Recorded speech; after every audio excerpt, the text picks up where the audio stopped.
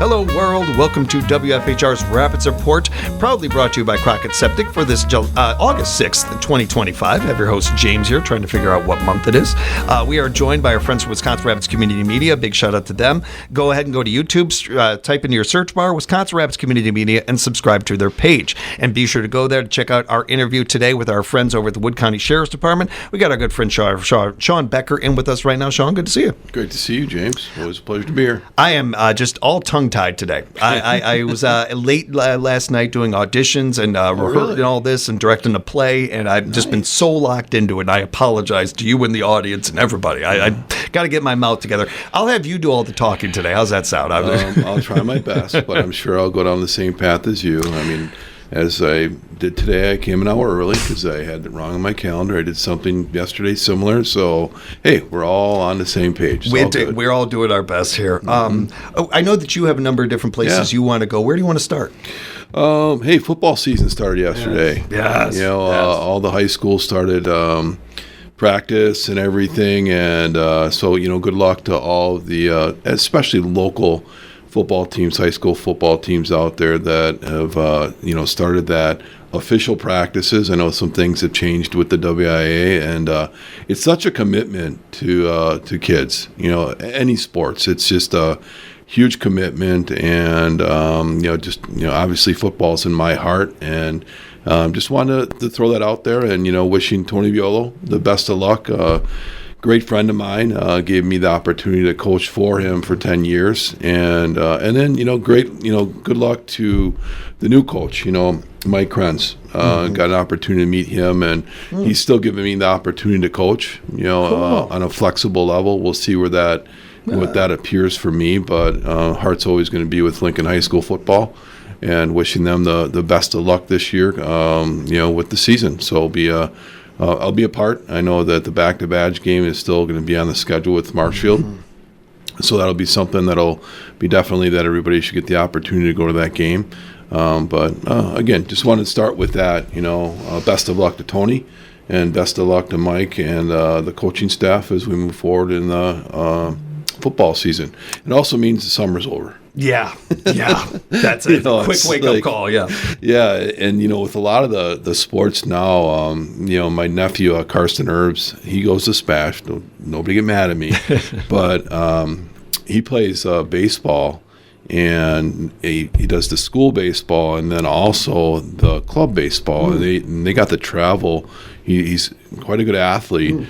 And he's traveled, through many areas of the country. Like they were just in Myrtle Beach at a tournament, and they were very competitive on the team he's on.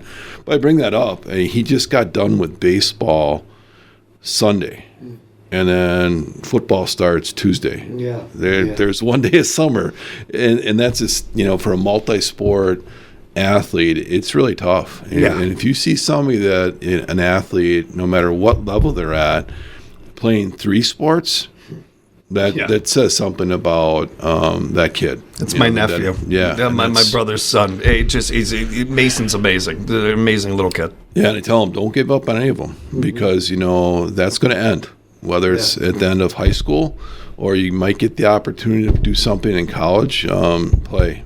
And it's any extra curricular activity in high school is so important, because it helps with the development of being social, becoming a leader, and learning. Bottom line. So I just want to start out with that with football starting, and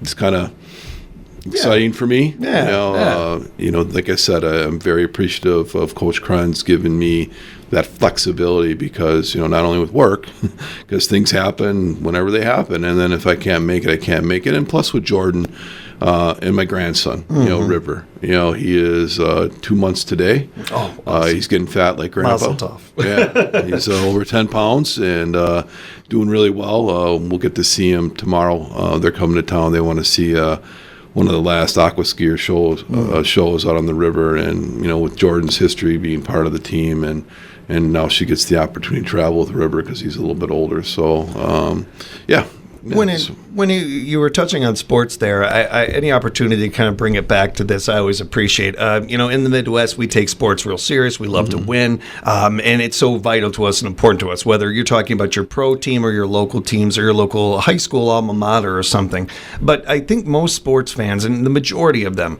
understand that sports is so much bigger than wins and losses. Yeah. And the percentages of kids that play high school sports that go on to college or college onto the pros, and those numbers dwindle each time. But the skill sets, the things that they learn in high school sports, they keep that with them forever. And I mentioned, for all the things I've mentioned with this, I don't think I touch on this nearly enough. There's a lot of kids out there that were like me. If the audience can't tell, I'm horrible at meeting people and talking to people. I'm not really great with it. But when I was in recess, the first grade school I was in out here, they noticed right away how fast I was. They're like, oh, we're picking him in basketball. We're picking him in football. And all of a sudden I started making friends. Sports gave me that. Sports helped me have that. There are so many other kids out there in those similar situations that, it's not easy always to pick up a conversation with somebody at any age. As adults, we struggle with it in an elevator. But, little kids, it's not always easy for them. Sports really gives an avenue for that, along with all the other, important things that it can teach, like cooperating with other people and, listening to rules and working within them and so many other aspects that sports gives. Yeah, no, absolutely. It's, going back in my life, I'm getting pretty old now, but, I don't forget those opportunities in high school and even getting the opportunity to play, college football. Yeah. Those are things that, and you nailed it. The friends that you have, they seem to, that core group seemed to last forever. Yeah. High school and even into college. Just a couple of days ago, I was in a group text message with some of my college friends, and of course they're still poking and teasing, and now with social media, some of my friends like to save pictures, and then I'm going to say they probably get modified a little bit, with this IA stuff, and I'm like, let her rip, have fun, don't worry, I will pay you back, and that's all part of it. Revenge is a dish best served. Yeah. When it comes to Coach Biola as well, I did want to touch on that and thank him for his many years dedicated to this community, certainly as a coach, but as a teacher. And, even I've mentioned before my interactions with him, and he never coached me, but was always great to me. And I actually had him as a parenting teacher and was fantastic. And at a very difficult time in my life, too. But Tony took a real, I don't know why, but he took a liking to me. And other than trying to get me into track and field and some other things relentlessly, was really, really great. So way beyond the football field, his impact has been felt. Well, look at his son, Drake. He's a teacher up in Rylander and a football coach. And Drake did a really nice social media post on Facebook about something that, and he's going to be a young parent soon. And recognizing, his wife, the spouse, because once football season or any season comes around as a coach, there's a lot of time you have to put into it, and who suffers probably the most. Maybe that's not the right word, but you're going to be gone, and then you have to have that spouse pick up the slack at home, the parenting and all that, because of that dedication. And what a really nice thing Drake put out there, and I know Tony is very proud. Tony and Tracy are very proud of him, and he's going to do great things up in Rylander. It's great to hear the back the badge game is going to stick around too. That's really, when a new coaching staff comes in like this and it's local, I like to not bug them right away with my questions, let them get settled and all that. I was really curious. Those are one of the questions I had, was if that was going to stick around. And off air, I'll be honest, I was going to ask you if you were going to still coach or anything. Yeah. So it's great to hear. It's really good. Yeah, it's just, and I was very upfront with Coach Krenz. He met with all the current staff, and I just said, hey, this is where I'm at in my life, and the new thing is being a grandparent. Very, very understanding. So I appreciate that. And I didn't want him to hold back and not hire somebody on my account. I mean, you need to do what you have to do, and I'll always be supportive of this program. I wanted to get to this. Didn't want to come out the gate with it, though. But, sure. Letting you guys look behind the curtain a little bit if you don't get to see the videos at Wisconsin Rapids Community Media, which I encourage you to check out. Sean brings in a great list of things to talk about. You fill this hour really well, and I appreciate that. You've done that for years, way above and beyond. I really appreciate it. every once in a while, our community has a question, or our community has something that they are asking about. And since the last time you joined us, we've had some news come out and some different reports, and I think a lot of our community has been interested in certain parts of it. And the ACLU has a new report on a rising number of county sheriff's offices working with ICE and the government department ICE. It finds that sheriffs of Kewaunee, Outagamie, Washington, Waupaca, Winnebago, and Wood counties have begun participating in some of these programs. I think that one of the jobs of every American citizen, being in this country, being a part of this country, I believe you are to work with the individuals of this country, whether you agree with them or not, whether you like them or not, or anything like that. We all got to work together. We all got to live together. If you're going to be a part of this, this experiment, which it still is, it's a young country. We are a teenager compared to Russia or Asia or any other place out there. One of the jobs of its citizens comes right down to the same job of a parent or a guardian, making people feel safe, making people feel okay. Regardless if you are here illegally or not, I don't believe that it is our job to make illegal aliens feel scared, or to make anybody who feels like they might be thrown into that group scared. That's not law. That law doesn't do that. Law's not supposed to put fear in people. It's not, at least to me, my interpretation of it. I'm not at all trying to say like I have the Webster's dictionary definition in front of me here, but the way I've always interpreted it, somebody who believes in the law, believes in these things. I watch a lot of Westerns. I don't want to live in one. Laws are important, and we need people like you, Sean, there keeping that line. Yeah. But this topic has freaked out a lot of people to the point. I am third generation immigrant, come from a third generation immigration family. I've got relatives that have been in this country and going like back, and even they were a little afraid when they got into situations where they were getting asked questions about this, just because they had a little bit of a darker skin. And this is in Chicago. This is not here. This is in another state and everything. Just to be fair and to be upfront about that. Yeah. But the concern, if I'm hearing it, I can't imagine that you haven't heard it. Oh, absolutely. Just to start off with ICE, and they're a division of law enforcement at the federal level, obviously, and the partnership that we have now hasn't changed in my whole career. What's changed is the enforcement level on the federal side of things. It didn't matter who was president. We've met with ICE people. We've had ICE holds on people who have committed crimes in Wood County. And then what happens is really there's been no change for us, even with these partnerships and the other counties that have agreed to work with ICE. All right, there's been, to me, that was no change. There was no change with our department throughout the years. Our protocol is the same. If somebody gets arrested in Wood County for committing a crime in Wood County and they are an illegal alien, all we do is notify ICE. Then it's up to them if they want to put a hold on them. And it's still pretty rare. I mean, right now, the person that I can think of right now that has a hold on them in our jail committed a homicide in Marshfield. All right. And I'm not willing to, once that person I'm confident will be convicted of the homicide, I still don't want them going to the other country that they're from. They need to spend the rest of their life in our prisons. All right. And that's for, I guess, the key thing that people should understand, especially in our community, is if somebody commits a crime and they get arrested, they're going to get due process like anybody else, whether they're illegal or not. All right. The only part of what we do, and we've always done this, is we notify ICE if this person potentially or is illegal. And then ICE decides whether or not they want to put a hold on them. Some things that I've learned throughout the process, because there's a lot of attention to this, is, with the partnership with ICE, liability-wise, if you hold somebody for any time frame after they have been through the process with, the legal process here locally, it could be a liability issue if you do not have that partnership. And say ICE says, hey, we want to put the hold on that person, and you have this time frame of 48 hours to come and get them.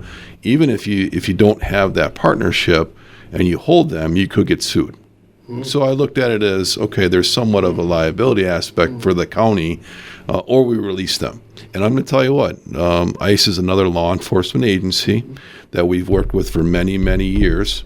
And if they put a hold on them, all right, we will hold them for 48 hours, come and get them, and go from there. But the key element is that the person committed a crime here in Wood County. All right, and then we're going to notify the other law enforcement agents, just like a warrant from Portage County. Hey, once that person's done with what's going on here, they put a hold on them, they come and get them. That's the way I look at this, all right? But people should understand, and I don't want to create any fear in anybody. It's really if that individual commits a crime here and gets arrested, all right, then if you are illegal, it's our obligation to let ICE know. Mm-hmm.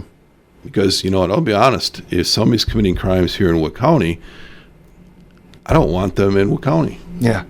No, yeah. If they're illegal. Yeah, yeah. You know, and that's really, and that really hasn't changed in my whole 30-year career. It sounds like that nothing has necessarily changed with this. It's just this, a lot of people are finding this out. Correct. Like the information has always been there. This hasn't really changed. They just didn't know it. Well, I think it's politicized at a far larger level than ours, than what we're doing right now. And I think that, unfortunately, strikes a lot of fear in people, whether you're illegal or not.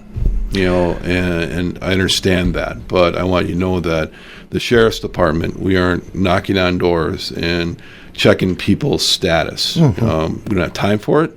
And if we just arrested people for being here that we think are illegal, yes, it is a crime. Our jail would be probably full within a day. All right, but what we're doing is this the same old SOP is if somebody gets arrested that's illegal, we notify ICE. It's up to ICE if they want to put the hold on them. I think what people are seeing are what's happening in other states that is concerning them, and I understand that. Yeah. You know, when you promote fear mongering, when you push this, when you try to scare people that much, it's understandable, I think, that people freak out over almost anything. When you've already set that bar, you've already created that vibe in your country with your constituents. So it's understandable that there not only would be concerns and questions, but downright fear about things. And I want to be really, really clear about something that I don't know if I was or anything, because I can't think of anything in this world that that gets under my skin or aggravates me more than a child being abused. And yes, I was a child of abuse. I admit that. So I'm a little biased on this topic. And I know there are a few things in this world I have more empathy for than that. Unless that child grows up and hurts somebody else, I lose all empathy. You don't get to hurt other people. You don't get to do that. You should know better. All of those things. I want any person that wants to be a natural citizen of this country, I want them to feel welcome. And I want them to feel like they have an opportunity, unless, of course, they commit a crime and doing those things. I am not in favor of anything like that. And it's ridiculous to me that we got to clarify that stuff in this day and age. But you do. You got to cover that. You got to cover all bases nowadays. I am not in favor of that. I am a child of immigrants. I am never going to be against immigration or anything like that. And I don't believe that most people are. I think that a lot of this gets caught up in a lot of things. And again, going back to the fear, I think a big problem for a lot of this with this topic is not enough people are informed. Not enough people know how this goes. Right. I'm not speaking about the whole state, but I'll talk about Wood County. This is not a county that is run on fear. This is not a county that its leaders go about and try to scare its community. So I feel like that, that's part of the reason why we are also able to have these kind of conversations too, and be very transparent about the whole thing. I do, before we wrap up today, though, Sheriff Becker will always, as he does, always give out information on how to reach out to him and that. And if you have other questions. And we've answered, the questions that have come up, and I've been, forward with everybody. This is the biggest thing is, for me, there hasn't been a change throughout my career in how we've handled this topic. It's just unfortunate that at a different level in other states that you're seeing, shown that is making people afraid, and that's unfortunate. But no, feel free to contact me anytime. You can call me at the Sheriff's Department, 75421-8715, and we can chat some more about it if you wanted to. We are excited for National Night Out going on tonight over at Winter Field. Final home game of the season for our Rafters. We appreciate all these players and coaches coming to town and entertaining us and bringing us some great baseball all season long. And you're going to be down there tonight? Yeah, absolutely. Right on. We'll be there at 3:00, and we're going to bring our MRAP, some other specialty vehicles. It's just a great partnership with the Rafters organization and owners Joe and Vince Jr. Fonte, who I've known for a long time. My first job as a 16-year-old, their father, God rest his soul, gave me an opportunity to work for him at Furniture and Appliance Mart. Oh. So I worked there several years, going through high school and college, and have a strong place in my heart for the Fonte family. And so it's really neat that they own the Rafters now, and then they jumped on board having National Night Out there in conjunction with the last home game. I think that's just what a great way to get people to come and see great baseball and get the opportunity to see all your first responders locally here. So yeah, great event. Please come out tonight and hang out with us and then enjoy some baseball. The other day we had Wisconsin Rapids Police Department member Matthew McHugh joining us, and Matt was great. We talked a little bit about this. I encourage you to check out that interview, everybody. One of the things we talked about is kind of going back to a conversation, one of the earliest ones you and I have had, of taking on the opportunities to build that bridge between community and officer, to any opportunities to show the human being behind the badge. Sure. And something that Melissa talked about a little bit earlier today, and she was at last year's National Night Out and everything, was the opportunity for you guys to just, not that you necessarily can take the time off or anything like that, but that you can be a bit of a citizen, that you can be a bit of another person just walking around, getting ready to enjoy a baseball game. Yeah, no, absolutely. It's great weather. So we got lucky there.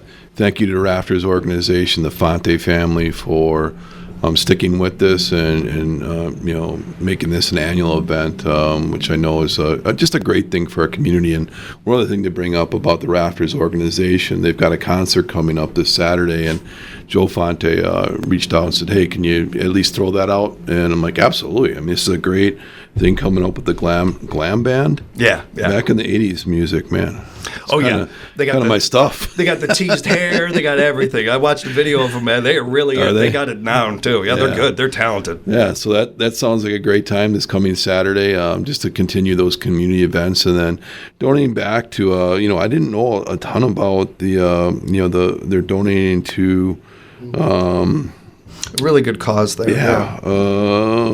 I have it over here, I think. Oh, Folds of Honor. There we go. For I'm going to be kicking myself all day. Me too. That. I knew it was Folds of Honor. I knew it. It just didn't on say. Me. But a really great organization of people. Yeah, helping families that lost a loved one that protected and served our country. So what a great thing to continue to you go through the whole season, and then hey, it's not done yet. Let's take an opportunity here at the stadium to do a fundraiser for something that we tend to unfortunately forget about our veterans too much. Mm-hmm. And here's something that they are bringing forward that the families that need it. Talking with Jake all season, assistant GM over there, and Ken and some of the others over there, we've been very honest, all of each other and the whole community. This season hasn't gone the way we wanted to, wins and losses wise. But going back to this again, we all also understand it's bigger than wins and losses. What the Rafters mean to this community on an economic level alone, we could spend time talking about. But even beyond that, giving us a chance to have events like this, hosting things like this, putting into the community the way that they do, it means something to have this team here. It means something that not everybody's got a Northwoods League team in their town. Nope. We're very fortunate with that, and all the more fortunate because a really unique thing about them, they are the only Northwoods League team that owns their stadium. Yeah. And so they can do things like this. They can open it up to the community much more and everything. Now, they don't have to do that. I don't think it would affect their attendance if they didn't do that kind of stuff or, be involved with the community, but they do. They go above and beyond. It reminds me very much of Culver's and some other businesses out there that don't necessarily have to advertise as much as they do, but they do to put back into communities. Yeah. That's the definition of buying local, supporting local, and really keeping up with that. We're going to have a fun time tonight at the park. Get there one more time for the summer. Absolutely. And cheer on the team. And then, shout out to Culver's, Rapids Ford, Furniture and Appliance Mart, of course, the Rafters to make that concert happen this week to put up the money for a community event for all of us to enjoy and then give back to a strong cause. Go to rafterbaseball.com to get those tickets for the Glam Band coming up real quickly here. You want to get those tickets, and they got VIP tickets available for it as well. And, of course, as we wrap up the season here at WFHR, every Rafter hit, pitch, and win right where it belongs at WFHR, where it's always been. Join us as we got games coming up for you. I don't know when people are listening to this podcast, so I don't want to start giving times and everything. He said, wait a minute, I missed the game. Yeah, we're not live anymore. So yeah. That's good because we can edit. Yes, absolutely, which I drastically need. Yeah, you guys have no you idea and me how both. this interview is a lot worse than you might think, actually. I edit, I work all these things in magic. Sean, I know you had some other things you wanted to touch on. I want to do a shout out to my friend Mike Tronto, who's in the hospital recovering from surgery. He's had a tough couple of years. Started off, a couple of years ago getting leukemia. He's in remission through that. Had some stomach issues. Went through that, but things are looking really good for him. He should be out of the hospital either today or tomorrow or sometime relatively soon. But just a good friend going back to sports, and that's how you have the friendships of the teammates, but look at the parents that get to know each other, and that's how Julie and I got to know Mike and Allison, because their stepdaughter played soccer with Caitlin, and then just traveling around the summer together, you meet new people, and we've known them now for like over 20 years. But yeah, he's had a tough couple of years, but things are looking really good for him, and looking forward to him to get out of the hospital. So Mike, thinking about you, always been praying about you, love you, and I know you'll be out soon, and we'll be hanging out really shortly. So I want to bring that up. Wishing him well. Yeah, a thing to bring up that I know that's been somewhat of a topic locally is the Safe Haven baby box. We had a tragedy, and I don't like talking about it, but I think I need to, in 2019, where a homicide happened up in Millador, where an infant was basically murdered. And that was a situation that we investigated, and it had a big effect on our department. It had effect on medical staff in Marshfield, and even me personally. And it brought up the Safe Haven law that's been in existence, I think, since 2011, somewhere around there. Don't quote me exactly, but it basically says that if you have a child that you give birth to and you do not want that child for whatever reason, you can go up to a police officer, a firefighter, or to the hospital and basically turn the child over, and no questions asked. As long as the child hasn't been abused or healthy, or going along that path. And then what evolved from that is the Safe Haven baby box, where it's basically, you could say it's a box that is secured at a public facility that is run, has staff 24/7. And so that, I think, started in like 2021, before the tragedy that we had. But I know there's been, discussion about it now to have this this box at maybe one of the local fire departments here in Wisconsin Rapids, and that's been discussed a lot. But people should be aware that we've got a lot of people that have passion for it to see it through, just to have that one extra step. Part of the requirements to have the Safe Haven box is the facility that it's located at can't have cameras on it, because it has to be some degree of anonymity. If I can say that word right. Nicely done. It was close. It's close enough. But at a location, like I said, that has to be a man 24/7. So the location is something that I strongly support. But just looking, working through the logistics of where that should be. So I'm pretty confident that somewhere in Wisconsin Rapids, we might see that happen in the future. And I think that it's a good thing. It gives, when you have a harsh, terrible example to speak of, and, you want to react, unfortunately, to the level that to be most proactive. And I'm very happy with the people, Jeff and Penskover from County Board, and he's on City Council, really having the passion to see this through, and seeing the City Council yesterday talking about it.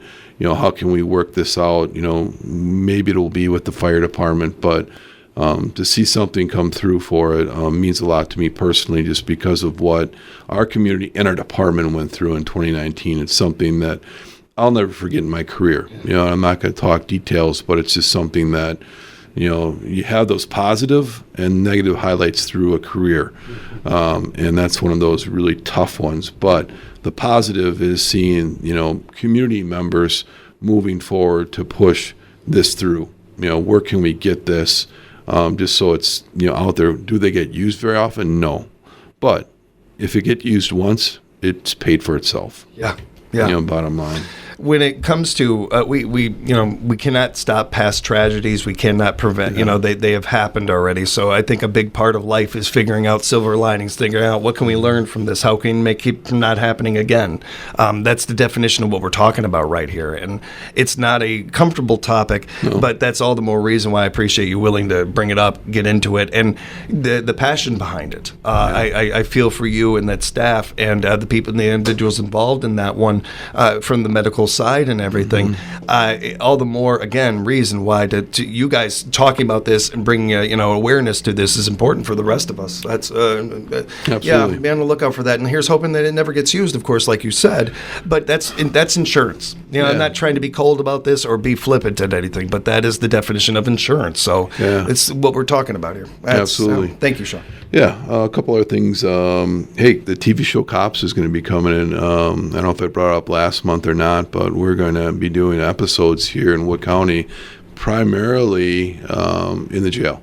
So I went to train with somebody out in Georgia a couple of years ago and just maintain that relationship. And he reached out saying, hey, Cops is looking for, more of a corrections side of thing. I'm like, whoa, we got a perfect opportunity here with a brand new facility that we've been operational now for several months. Things are going really well. We're getting more and more efficient. I'm like, yeah, I think we can do this. Oh, so, interesting. So it'll start in September, and I didn't realize that they're going to be here for a couple months. I thought it was like, a week or whatever, but they... I imagine. Yeah, to be able to get enough material and choose what's worth it, what's not. Yeah. And I told them that, hey, the jail is yours to go around and, videotape along with going on the road as well, if they want to break a little bit. So I thought that was something really cool because, I like to reminisce about when I was in college, and I'm not going to say when because people figure out how old I am, but when the TV show Cops came out, I was like, hey, my Friday night, 7 o'clock, all right, I'm watching. And it had an influence on, what I was seeing. That's something that I wanted to do in a profession. And I was talking to the producer about that and how cool it was that they wanted to choose us to do this. So it's a little bit, personal, but I think it's big picture wise, it's a great opportunity to highlight, what our county did with our new facility. So that'll be happening coming up in September, and they'll be here for probably about 6 weeks, it sounds like. And then, we'll get some footage in there that not only Wood County will see, but the country will. So, one of the things we've talked about this with Lance a number of times and some other individuals, Discover Wisconsin, other ways for your state to get out there and promote that state and towns to promote themselves and everything. And I seeing something like that, that's another thing that does it, or, intrigues people about a community like ours or a town like ours and want to learn more. And the opportunity for more and more for everyday citizens to understand what it is like a day in the life, and the more we create that, and more information we have of that, the more empathy that is created, the more that understanding is created, not just with citizens and law enforcement, but hopefully with law enforcement and citizens, and it goes both ways, that people are working together as communities. We only get by together. Nobody's getting through this game without working with each other. Everybody needs a hand up sometimes. Everybody needs somebody looking out for them. That's what I'm talking about here. A show like that too. When Sean brought that up, I want everybody to be honest with themselves. Immediately, that theme song popped in your head. Like he didn't even finish that word, and it was like bad boy. It was just popping in your head. It happens. I wonder if they're going to keep the theme song. And they got to keep the theme song. And part of it is showcase what we've done on the mental health side of things. Because that's going to be something that I'll require at least interviewing some of our staff that have specialized in that, and then the things that we've been doing that we know are very important. We talked about them all, but it's just I'm looking forward to it. And one other thing, and I didn't mean to cut you off, Sean, or cutting into you. What you're saying there, I didn't mean to do that, but something that I think about. It is on a hill that I will die on. I am really tired of news the way it is being delivered these days, and it has been for a very long time. Where there are plenty of great, good stories out there, but every single news broadcast, whether it's on TV or radio or what have you, has to start out negative. It has to start out dark and everything. And it's not to say that those stories should not be covered. Obviously, they need to be covered, but the way that you begin a broadcast is very important. And coming out the gate negative and dark like that, it creates an atmosphere for the whole entire show. It creates an atmosphere sometimes for people in general when it comes to it. The more good stories we can cover, the more good stories we can get out there, it's important. Shining a light on inside that jail, letting people see that. The idea, too, that how many people in the West Coast I ran into that think that everything past Vegas is, the boondocks. And, we're living our lives on laws from the 1800s or something. Shining a light on the fact that here in central Wisconsin, we are on the forefront of mental health with our officers in our community. I think that would be very surprising to a lot of people. That the things that this show could do, I think that's really cool. That's interesting. No, it is. It's funny you bring up Vegas. I was just there a couple days just to, I don't know if that's a place to go and relax, but yeah. But I met Julie there for a few days. But the reason why I was out on the west side of the country is, and I won't go into all the details, but I just want people to know the Dieter Weeks case is something that we're continuing to work hard on. And, our passion is to solve that. And we had a tip come in that brought us to their zone area. All right. So Lieutenant Scott Goldberg and I went out. And as we talked about when the tip came in, the information came in, who should go? And I volunteered myself. I didn't say I was going. We sat down as a team and said, I do have an investigation background, and with Scott's passion for the investigation, we talked. I'm like, I'll go unless, you feel that, Scott, any of our other investigators and that administration team thinks otherwise. And they came to the conclusion that I should go. So we did go out there, and I just want, we're not making an arrest. I'm going to make that very clear right now.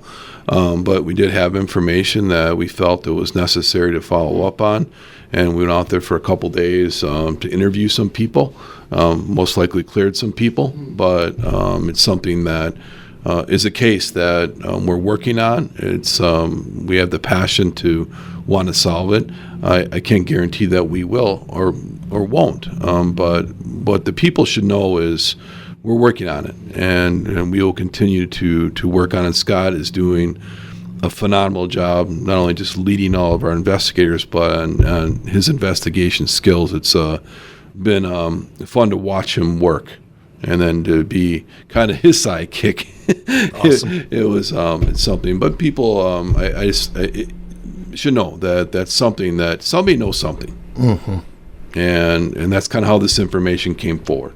So that gives us hope that we might find some conclusion to that tragedy. We certainly can't guarantee a solved case, but can guarantee that it remains open. Guarantee that as long as I'm in the position I am, that we'll be working on it as hard as we can. Right on. Yeah. Scott, I know we don't have that much time left. Did you have anything else you wanted to touch on? Big shout out to Quentin, our chief deputy. He doesn't have the most glamorous job being the second in command in the department, but he does. He has done a phenomenal job throughout the years being in the position he has doing our budget. That's not fun.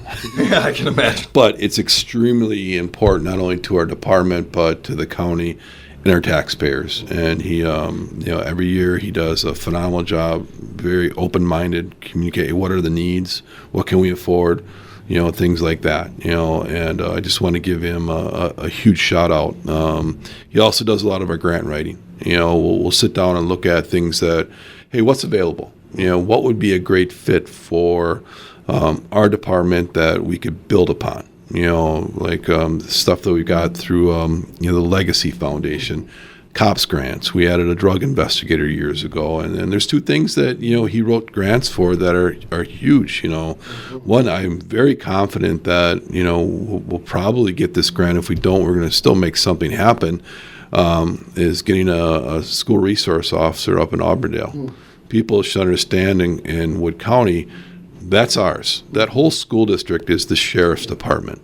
And, there's been incidents up there, and the Auburndale School District has invested in this, to cover part of the salary and wages for a deputy.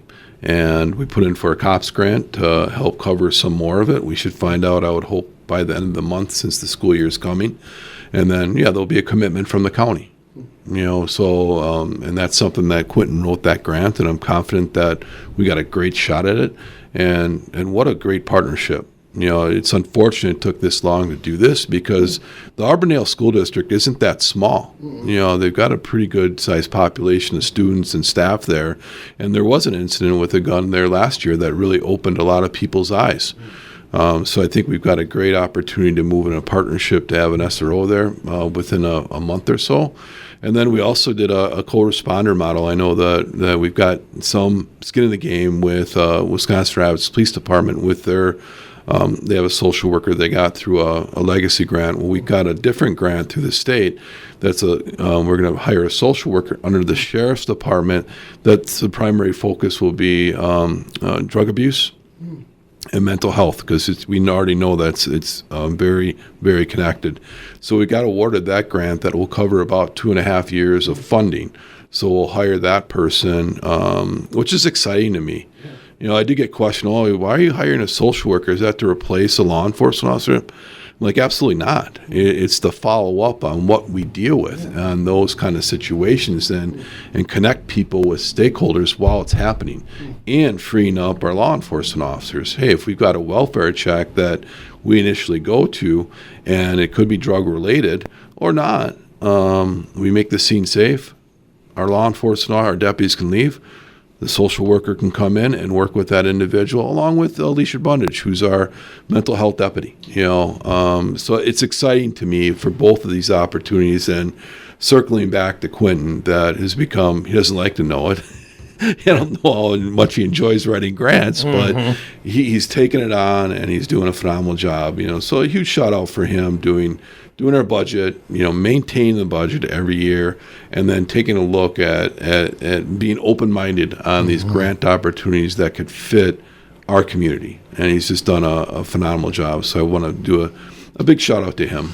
Grant writing is nothing to take lightly either. I've tried to do a little of it myself, and I've had to bring in experts real quick. It's so important in how those are written, how those are done. They are the difference maker of getting that grant or not, having somebody good doing that. And also, just to piggyback on what you're saying, he has done a great job putting up with my questions. Quentin has been awesome. Shout out to him, and appreciation, and a shout out to the whole department. Thank you. As we're wrapping up, I always like to find a lighter moment for us to wrap up on.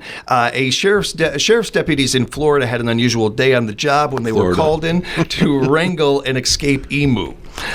This emu was not only elusive but very fast, and apparently very thirsty. They ended up catching it because the bird needed to stop and get a drink, but that's the only way they were able to catch it. Have you had any crazy animal interactions? We got deer, we got all kinds of things that run into buildings all the time around here, but have you run into any of that? Have you had to work with any of that? I don't know if it was an ostrich or an emu in Grand Rapids, over not too far from the town hall. They had one and this is several years ago, get loose. So something very similar. I didn't respond to it, but of course we all heard about it. Yeah. I don't think that the people that, had those animals are in there anymore. But yeah, periodically we'll get those calls of a snake or, a non-normal pet that might get loose. And then of course, we'll get the first call and have to try to at least make the area safe. And then you scratch your head like, hey, how are we going to do this? Yeah. This is what not your training, maybe. No, but we have our humane officer, Brooke. She does a great job too, and that's probably one of the first phone calls. And then okay, what should we do? And then and then find a place for them. Yeah. Yeah, that's happened. With reptiles especially. And you gotta follow through. Okay, if we pick up the animal, then what? I'll never forget when I first moved to town here. I was riding around with my buddy. We're riding bikes, and we go around this corner, and I'm like, did I just see an ostrich in Wisconsin Rapids? Like, well, what's going on here? I'm like, oh yeah. He's like, oh yeah, it's an ostrich farm. Like, it's nothing. Yeah. Like, wait a minute, I've never seen this before. Right? We were late for baseball because I had to stop and see this. I did not believe that there were actually ostriches in Wisconsin Rapids. But yeah, this farm was there for a while. Always good hanging out with you, sir. Yeah, no, thank you. If people have follow-up questions they'd like to reach out to you, how feel can free they to give do me a that? call. Again, 421-8715. That's the office, and we can chat some more, or feel free to stop by.